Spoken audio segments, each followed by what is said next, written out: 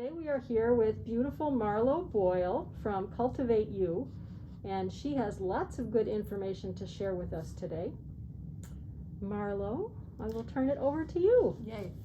So hello to all of Isla's fabulous customers, and I am one myself, and thank you for having me, Isla. I am Marlo from Cultivate You. I am the founder of this well-being business where I help people who actually want to change their lifestyle a little bit, to be healthier, to have more balance in their day-to-day ongoings, and to want to live a long life. And I have been working at this for a very long time. I have a 30-year history of helping people become better well-beings. And so today I'm here to share some of that. And alongside of all of that, I make jewelry and I do a lot of other things. When I sit down to make jewelry, I make sure that I have done a few things before I get into the groove of putting my head down and fully becoming immersed in it. And so I want to take you through what works for me, what helps me. I have my own physical ailments, from spinal issues to arthritis, joint issues, and other things that throw me off kilter. So for me, it's really important that I put in place rituals that I do to help ease, particularly in my joints, but also to have a good frame of mind. So I'm going to start first with self-massage. It is my favorite thing to do, and I'm going to take you through from kind of the halfway body up. In fact, I do teach full body self-massage, but we're just going to focus on the areas that are affected most when we are sitting at a table to work on beads. So for me, the first thing I start with are hands. It seems quite obvious. Now, I have very strong hands. Come from a nice German mom, and we've got strength behind us. What's important for me when I massage my hands is that I am really trying to move through any toxins, lactic acids that have built up in the joint systems within the hands, wrists, fingers, and we're gonna go all the way up the arms. So grab your favorite lotion or not, but simply start by compressing your hands and really put some pressure behind it. I am definitely not about the little, oh, I'm gonna like touch my hands now, massage. Can't even tell you how that's annoying to me. So let's just get in there and really press. And then I take my fingers, hands, and put them together almost as if you're going to pray, but we're not. Although if you need to start to, you can. And I start twisting my fingers kind of backwards and forwards, and I'm working in the knuckles themselves at the base of my fingers. And then I'm going to we're going to start in my left hand. I'm going to take my right hand, my thumb, and I'm going to start massaging from base up to the bottoms of the pads of my fingers. And I am using a lot of pressure here. I am really working in the whole fatty section of my hand. What's important to know is the section between your thumb and your index finger. There's a crease here. At the base of this crease is a very strong reflexology point, acupressure point. It's called your Hoku point. When you gently, although I do mine a little more firmly than gently, when you press and release in here, this is excellent for relieving headaches, relieving any tension in our abdominal areas, cramping, but it's an overall stress reliever. And so if you can press and release in here a few times, that'd be great. We're gonna go up, you can start. Can I interrupt you? Please. Is that the same point on both hands? Both hands. Okay. Yeah, and you will have one hand that's tighter than the other. In fact, my right hand is far tighter than my left side because I'm right hand dominant. So we're gonna start working up the digits themselves, and I work up the sides, like I'm almost shimmying up the sides, but again, I'm using a lot of pressure going up the sides. And then I go down the front and back, pressing. And when I get to the tip, when I get to the nail, I press and release. I just pinch off. And then I go to the index finger, down the sides, down the top and bottom. And then when I get to the tip, press and release off. You can press and release in between the webbing, between each of your fingers. And so we'll just go down, press and release. And you do this before you start beading, Marlo? Yeah, I massage my hands every day. So if I don't do it before I sit down and start beading, I have done it at some point, multiple times. I'm always kind of massaging my hands. I don't want to say it's a way to keep me relaxed. So if I'm working on another work project for something I'm working on, I literally will sit there and be massaging my hands. So I'm going to, let's do the other hand first, and then I'll take us up the arms. So again, thumb to base of the fingers, massaging up. So we're massaging away from the heart. You can always, if you have someone in the house with you or your store, have them do this on you. There's always... Hint, hint. Hint, hint. Let's do our hoku point. So again, thumb comes next to the index at the bottom of the creases where that hoku point is. So if you're press and release. So again, you might feel my right hand is far tighter than my left. So, and if someone is going to massage your hands and they go in to do this pressure point, it is really important that they start gently, because how someone else does that pressure point on you versus yourself is very different. So your reaction might be to pull away because it might be more tender. It hurts now. I mean, just doing it to Yeah, myself. oh yeah, for sure. I do this a lot, and especially when I'm driving. This is a serious pressure point when I'm driving.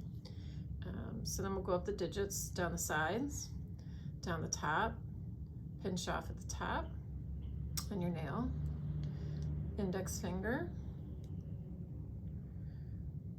and then pinch off. So we're creating a lot of blood circulation through your hands. You should be able to see that very clearly. If you have cold hands, this is a good exercise for you to be doing to increase blood circulation in your hands. If you do a lot of writing, typing, computer work, really important to sit and massage your hands. We don't, honestly, the self-massage that I teach, we don't physically touch ourselves in this nurturing way at all very often, and we neglect so much of these muscles that we take for granted every day. So now we're going to work on the arms. So for me, when I work on the arms, I do a few things. I not only do I massage it, but I do a lot of gripping of literally picking up my skin. I have a little bit extra to hang on to that I would prefer maybe wasn't so much there. Don't we all? Don't we all, right? So I don't know if when you were a kid, like they were called snake bites or Indian, you know, where your brothers or friends would like come up and twist your fork. No, I never. Indian rope burns. Indian rope burns. There you go. That's what it's I'm called. from a family of 6 kids. We Yeah, do right. all We of did these it all. things. I have 2 older brothers, and so all their neighborhood friends. So I really take time to just I am very vigorously. You can see how pink my skin is getting. To work these in here. And then you can come in a variety of ways. I'll come in with my thumb. If you have any carpal tunnel or this is tough for you to do, you can take your knuckles and just run up your arm this way. It feels for me quite amazing because I can feel all the tension that I have going on in my forearms. And you lay your arm on the table when you're doing that to give extra pressure? Yeah, I'll lay it down for extra pressure, but if I don't have that available, I can still do it while I'm standing up. It's nicer because then your whole arm is relaxed to have it sitting down.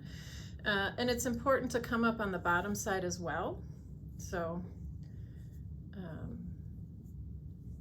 and it does feels like rubber bands in here. Right? It's, and again, one arm will feel very different than the other. The other thing too that I notice when I'm beading is this side of my arms, because I'm sitting right here at the table, this gets really tender to me.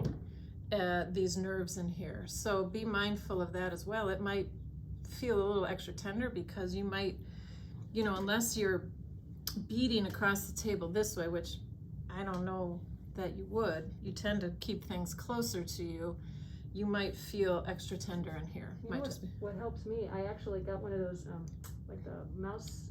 Oh, right, for sure, like an extra padding. Yeah, and I put that in front of my bead tray. That would be smart for me to do. Thank you for that. It's a keyboard. Yes, I know exactly what. I know many things sometimes that I should be doing, but I don't. Okay, so now I'm going to work up my whole forearm and tricep. And so you think, well, why are we doing this whole arm? Everything is connected that comes out of your neck. All of these nerves, when you were sitting here looking down, all these nerves get pulled from your scalings, your traps. All of these get pulled down all the way into your hands. So the best you can do is to make space for them to fully flow. Any pinching that you get through your elbows, joints, those are all the nerves coming straight out of your neck going down your arms. So we're trying to make space for them.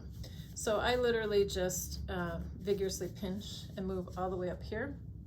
Okay, so my favorite part that I do when I get up to the traps is I make a fist like this, and I'm going to literally pound with this side of my hand on my traps. Now you have to use your opposite hand, Isla.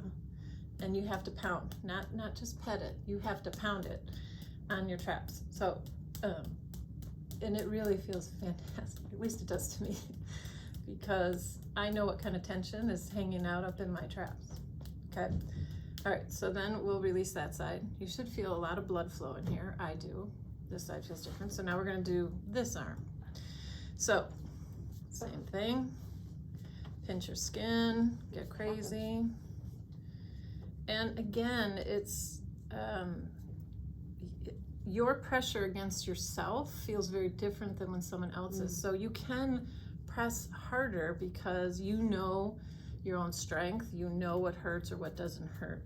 But for me, it's really important to work through it. Your body's gonna thank you. Believe me, your hands will thank you for sure. So I'll move through this arm a little quicker. And then we'll go up to the biceps, triceps. This is going to be so helpful because a lot of times when I'm wire wrapping a lot, I get so tight all up and through here. Yeah, you want blood circulation flowing, honestly, is what you need. I do this also when I'm driving. I mean, I don't do a lot of the massage, but I'll sit and pound on my trap. So again, your hand is a fist like this. So we're using this part of our hand. And people both think at first, like, Marlo, you're nuts. I'm like, and then they start doing it and they're like, oh, that feels really nice. I'm like, I know, doesn't it? It's holding up a big head up here. My head, I know, weighs, I think, like 8 pounds, I've been told. So I was like, if I could just take that off of the weight when I stand on the scale, imagine that. So then I want to move into your neck and jaw. So again, I do this because, and this I very much do regularly, because all of these nerves coming straight out of your occipital bone through your neck, hitting all your scalenes and the traps, these nerves fully come down and get connected through here. So what we want to do is create space and relax this. We're going to get into the jaw as well, because maybe you don't clench your teeth, maybe you don't, hold your jaw, maybe you are, I'm not sure. I know what I do, so it's helpful for me. I do all the time. So I always take my opposite hand to work on, so I'm taking right, I'm working on left. So again, I'm doing this whole pinching motion, and you can't be afraid to just grab your skin, grab these muscles. And nothing's going to happen to you. You're not going to get any extra wrinkles or anything like that. Just grab it and massage it. You would be amazed at how much tension releases, and you'll feel blood flow. You'll feel yourself heating up, which is what you want. You want blood to move into those areas to move through the stuck toxins, stuck energy. So then we'll do the left side. So if you're a clencher, this is good to do before you go to sleep? Oh my gosh. Yes. And after you wake up? I do this. I do a full self-massage on my jaw when I lie in bed before I get out of bed. This would be all part of my daily well-being class, Tools and Rituals for the New Journey, if anyone would like to take that. And how would we find out about that? That is on my website, cultivate-u.com. Thanks for asking, Isla. And aren't you having like a retreat? I'm going to do a retreat in fall, yes. I typically deliver 2.5-day retreats up in West Bend. And yes, we will have one in September.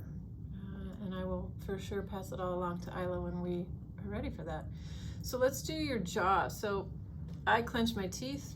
I don't grind, I just clench. I also have a habit I've developed over the last, 2 years. I'm clenching my jaw all day long, like in I don't know how to explain it, like in motion. Like I'm just sitting there working on something and I can feel my jaw clenching. So I do the same thing. This whole section of our jaw, not only where the joint comes in, but behind it here. So I do a couple of things.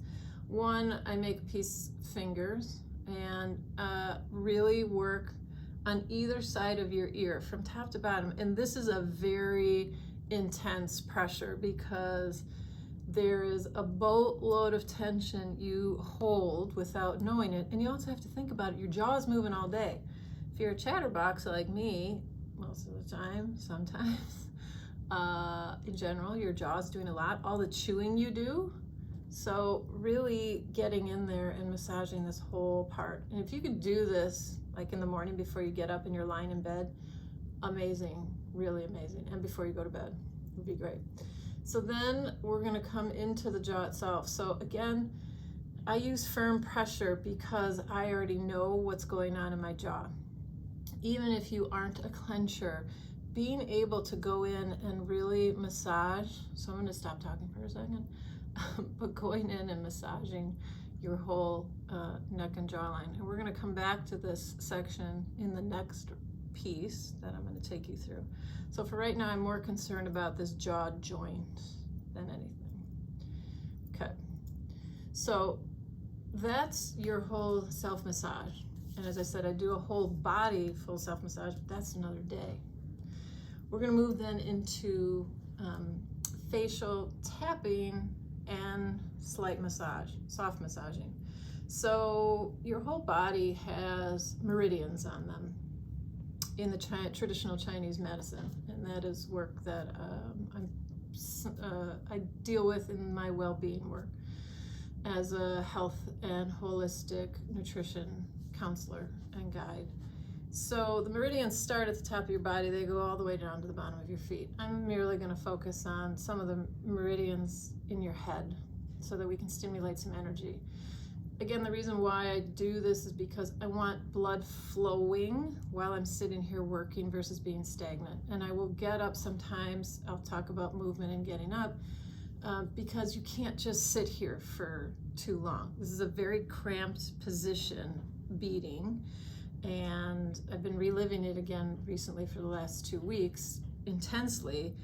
And so I want you to have more blood flowing so that it's not so cramped. So when you actually move to stand up, you don't feel like 100 years old getting out of the chair because you've been stuck in this little position.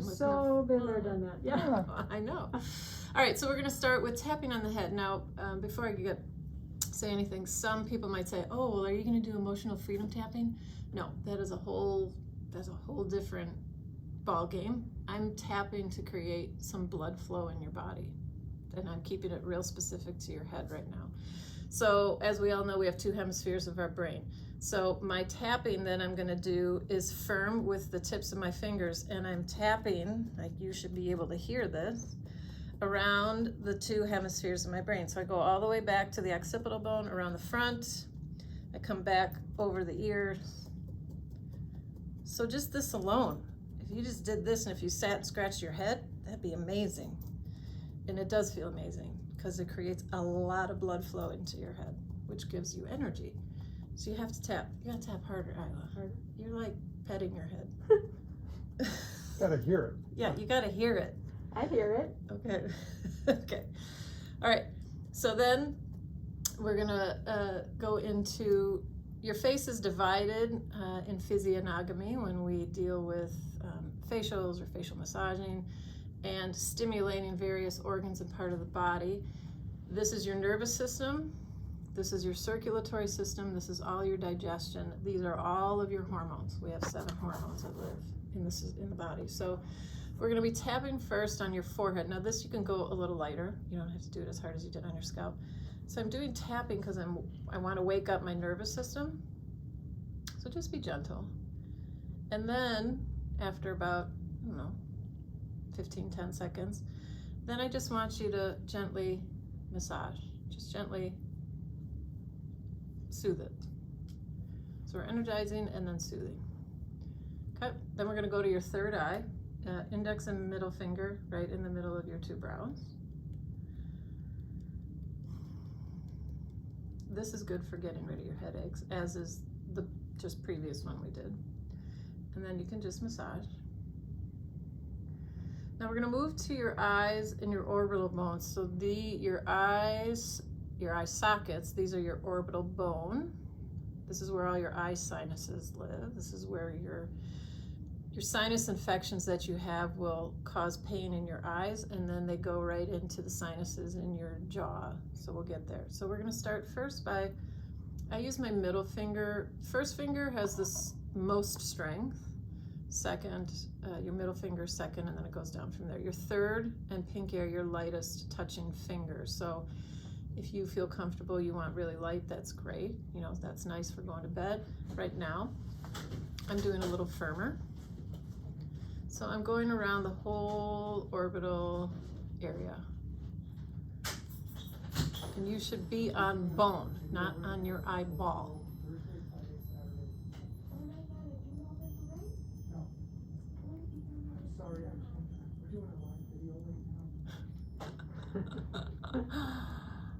Okay, so now I want you to press into each of your sinus cavities. Now, right. Feels amazing, huh? Yeah. So this is really good, and I'll literally, right now you're gonna see my hand, the back and sides of my hands come together. My fingers are resting on my forehead, and I'm using my thumbs to press into my sinuses. And it does feel amazing. This is really, really good when you have a headache. This is also really good for you to stop and do if you've been staring at those beads for way too long. Or the computer. Or the computer, any of it. So this is releasing your sinus cavities and all the pressure that builds up there. Okay, so now we're gonna go down into the actual cavities here, these sinus cavities. So we're gonna tap. So this is your teeth, jaw. Goofy looking, I'm sure, right here. These are my teeth, but these are my sinus cavities, like where your wisdom teeth get stuck. So you might, right under, like, it's this cheekbone. When you look at Mr. Skeleton and there's no fat there, that's your cheekbone. So I am pressing and tapping into this section here. And you can do it on the bottom too, because you have the sinus cavities along the bottom. And then you press. So whenever you have a sinus infection, this would be a good thing to sit and do to help and release all this pressure up under. And this, for me, this hurts more under these sinuses than it does in my eyes. I'm not sure, well, I suppose because I clench. Okay, so then we're gonna tap above our lip, and then tap my lower lip. It's a little hard to say and do at the same time. And then the last one is I'm gonna make you tap your clavicle, just like a gorilla does, because this stimulates energy. Well, that's good too, isn't it, if you're getting sick? Yeah, this is good endorphin booster. Okay. Okay, now you should feel really energized, right? And That's tingly. awesome. So I want to take you through some breathing, because what would well-being be if I didn't take you through some breathing? There are a number of different breath techniques that you can do. Nadi Shodhana, which is alternate nostril breathing if you have monkey brain. If you are very a thinker who's like constantly throwing thoughts out and you can't keep anything together, doing a very heating breath, like an ujjayi breath from yoga.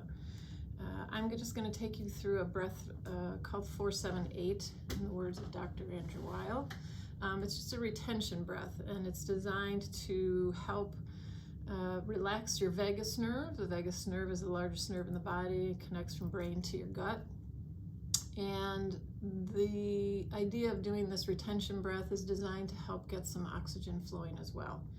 So you would do 4 rounds of it, and you would try to start practicing it a couple of times a day. And so what it looks like is you inhale for 4 breaths, you'll hold it for 7, count of 7, and then you'll exhale through your mouth for a count of 8. Before we get there though, I want to make sure you're actually breathing the way I like people to breathe. So when you're sitting in your chair, or if you're standing and doing this, it doesn't matter. But for me, breath works best when our joints are stacked. So when our ears are over our shoulders, shoulders over hips. If you're sitting, then your feet are flat on the floor, so you have a flow of oxygen. If you're standing, then your hips would be over your knees over your ankles. And you, again, have that aligned flow. When we stand or when we sit, we're not throwing our chest out. You want to expand from left to right. So you want to actually tuck your lower ribs in just a little bit so that your spine is more properly in its alignment. And so when we breathe, instead of this full diaphragmatic breath, I promote breathing like a 60-40, 60% going into your ribs and the back of your rib cage and lungs and expanding without bringing your shoulders up, and then 40% in your diaphragm. So first, let's just take some breaths and think about, just close your eyes for a moment and think about that breath moving into your back first and exhaling out.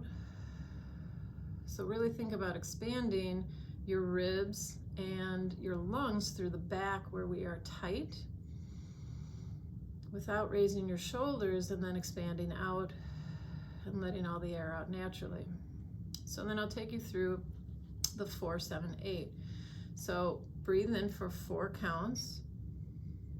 2, 3, 4. Hold it for 7, 6, 5, 4, 3, 2, 1, and then exhale through your mouth for 8, 2, 3, 4, 5, 6, 7, 8. Do it again.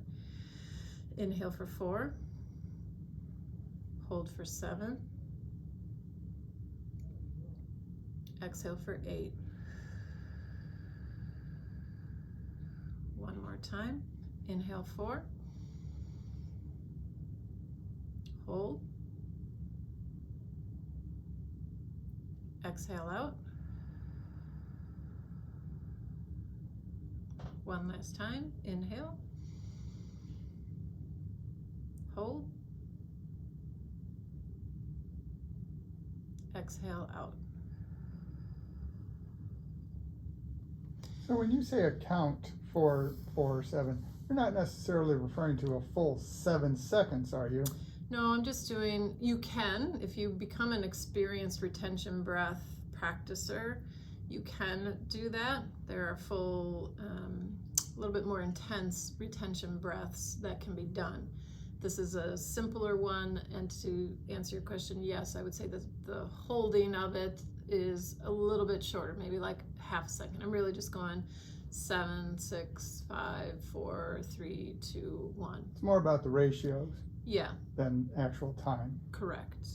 But as you practice it, the benefits of doing this breath are reduction of inflammation in the body, calming the whole nervous system, the sympathetic nervous system, helping to have clarity, allowing for blood flow and oxygen flow and getting oxygen into the cells, and getting the blood moving through your system to move through toxins and stuck energy. You wouldn't want to do this type of retention, as Dr. Andrew Weil says. He says no more than 8 times a day for a normal practitioner. If you are one who studies and practices yoga, there are other longer retention breaths, not When I say longer, meaning they're just holding it for a little bit longer than, say, 7 counts. You would want to start that, and it's called pranayama breathing. You would want to do that with someone who is well practiced with it, so they can take you through a guided pranayama session. But this is just a simple 4, 7, 8. Inhale, hold for a bit for retention to get the oxygen in your lungs, and then exhale out. So something a little bit simpler. And so the last piece that I would recommend that you are doing is movement of any kind. And though I'm not necessarily going to show you any movement, I recommend that if you're beading, that you are getting up regularly, at least minimally every 30 minutes. I say a little less than that. And that can mean get up, do 10 jumping jacks, do some toe touches, do you walk around your house a little bit, march in place vigorously, go for a walk outside now that it's beautiful outside. Just something to quickly get your blood circulating and moving, and loosen the joints a little bit. We are not meant to be sitting for long periods of time, so it's really important not only that you're staying hydrated, but that you are doing some regular movement throughout your beading sessions. And with that, that is what I have to share for you for tips for well-being for you as beaders. Marlo, do you find that these are very, like you talked about doing it before you started beading, does that kind of help your mind, your creativity flow? Yeah, for me, I practice being present. I practice being full of mind, and I teach that. And so for me, when I'm going to sit down and do beading work, having, how do I say this? Having movement through my system. So when I massage my arms and hands and get blood flowing, I feel clear. When I'm not distracted, when I am doing my work, I feel more creative. I can see things better. By that I mean I'm not thinking of the laundry that has to get done, the other work in my other business that I actually have to do, the tasks around the house I have to get done. When I can be more present, I can be more creative in what I do. I can see things faster. I can find solutions quicker. The movements that I've given you promote that as well, because you're creating a healthy flow of circulation through the body and to your brain. Staying hydrated is also just as important. All of that helps, yes, with creativity. And does anybody have any questions for Marlo? And while we are waiting for that to come through, I just want to remind you that tonight at 7 o'clock we are going to do new jump. And sure. So my creative business that I have is called The Paper Bunnies. I have an Etsy shop, and it is just a little cute little bunny on his hind legs, and it is just Paper Bunnies. It has all my pottery work and all my jewelry work right now. She makes beautiful pottery. Thank you, Isla. And my other business is Cultivate You, and that is cultivate-u.com. As I said, I help people become better well-beings. I also do a lot of leadership and team training work with businesses, and help people create personal legacy work. And that's a whole realm of topics to help people move forward in their life and feel better about the legacy that they're leaving. So I do one-on-one well-being coaching. I do daily well-being classes. I do the retreats. I can come in and customize work for any team or business, and I do lots of stuff. And is the best way to get a hold of you through your website? Yes, or no. Sorry, think about that. No, best way to get a hold of me would be to email me cultivateullc@gmail.com, or you may call me at 847-732-2292. That would be the best way. But by all means, go look at my website and see what else is there. Marlo, thank you so much for coming in today. And if you guys have any questions, reach out to Marlo or to me, and I'll get her in touch with you. Yay. Thanks for having me. Thank Be well. For being here. Mm-hmm.